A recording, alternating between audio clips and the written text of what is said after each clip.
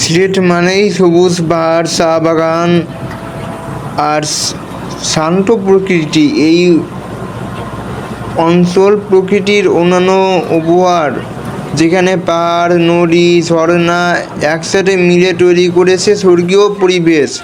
সিলেট শহর থেকে প্রায় 56 কিলোমিটার দূরে অবস্থিত জাফলং পিয়াইন নদীর স্বচ্ছ জল, নদীর তলার ছড়ানো পাথর আর মেঘালয়ের পাহাড়, সাদা পাথর, সব মিলিয়ে জাফলং যেন প্রকৃতির ক্যানভাস।